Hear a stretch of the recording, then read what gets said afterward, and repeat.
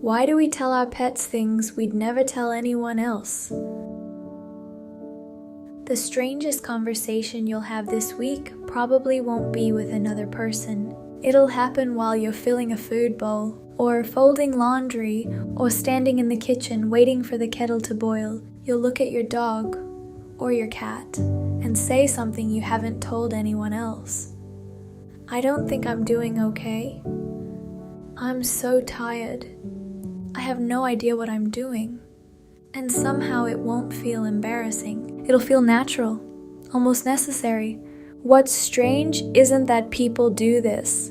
It's how normal it feels. Millions of people hold full conversations with animals every single day. Not commands, not tricks. Conversations about work, relationships, money, family, grief, dreams. Things they would hesitate to say to another human being, even though they know their pet doesn't understand the words, so why does it still feel like someone is listening? Most people assume it's because we love our pets, and that's certainly part of it. But love alone doesn't explain why you tell your dog things you haven't even admitted to yourself. Because something unusual happens the moment another human being enters a conversation. Whether we notice it or not, we begin editing. Not lying, editing. We soften the truth, leave parts out, choose safer words.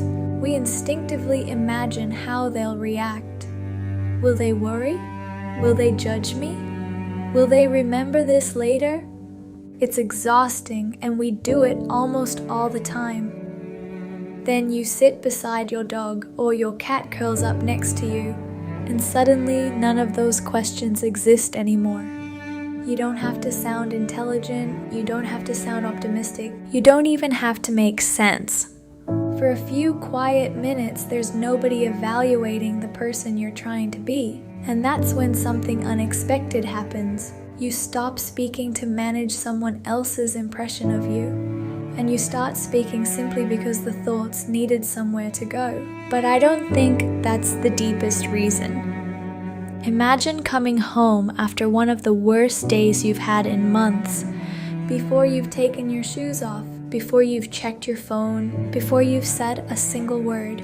Your dog is already walking toward you, not because they know what happened, because they know something happened. Your breathing is different.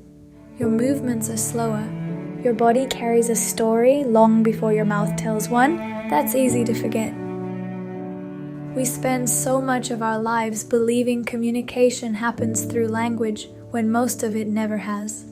A sigh, a pause, the way someone closes a door, the silence between two sentences. Your pet notices those things first. Not because they're reading your mind, because they're reading you.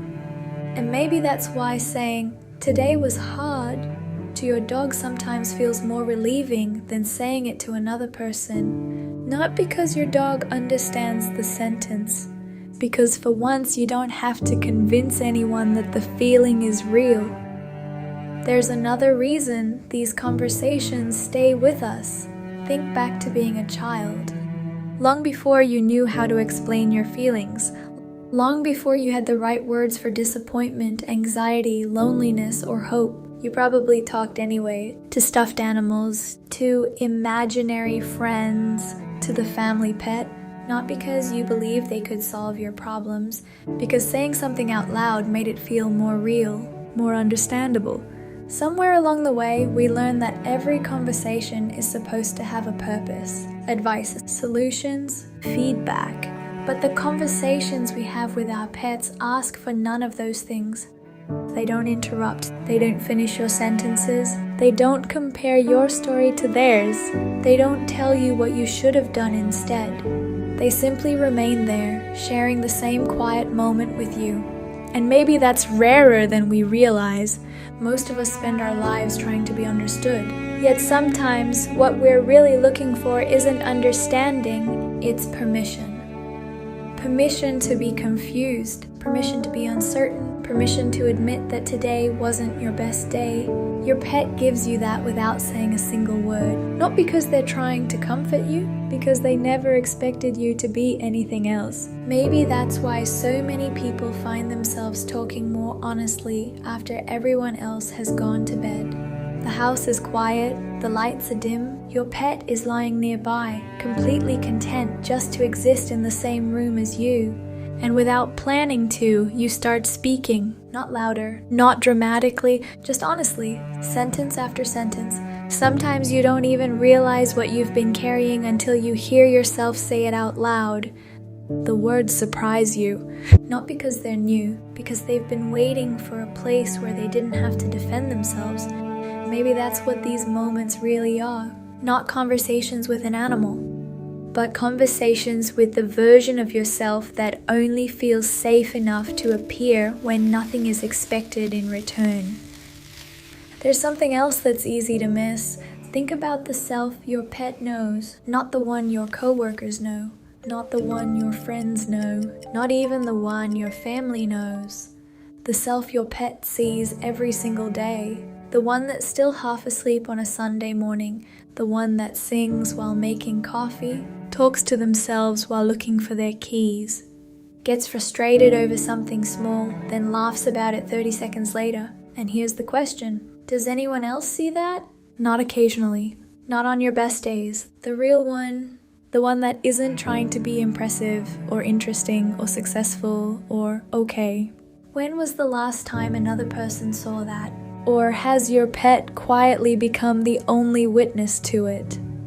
Maybe that's why these conversations feel so different, not because you're talking to your pet, but because for a few minutes you stop talking as the person the world expects you to be, and start talking as the person you actually are.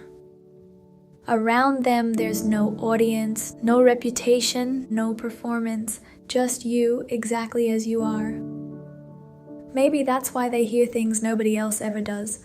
Not because they asked, not because they could help, because they were simply there, listening. And maybe that's all we were hoping for in the first place. So before this video ends, I want you to think about something. What's one sentence you've said to your pet that you've never said to another person? The exact sentence. I'd love to read it.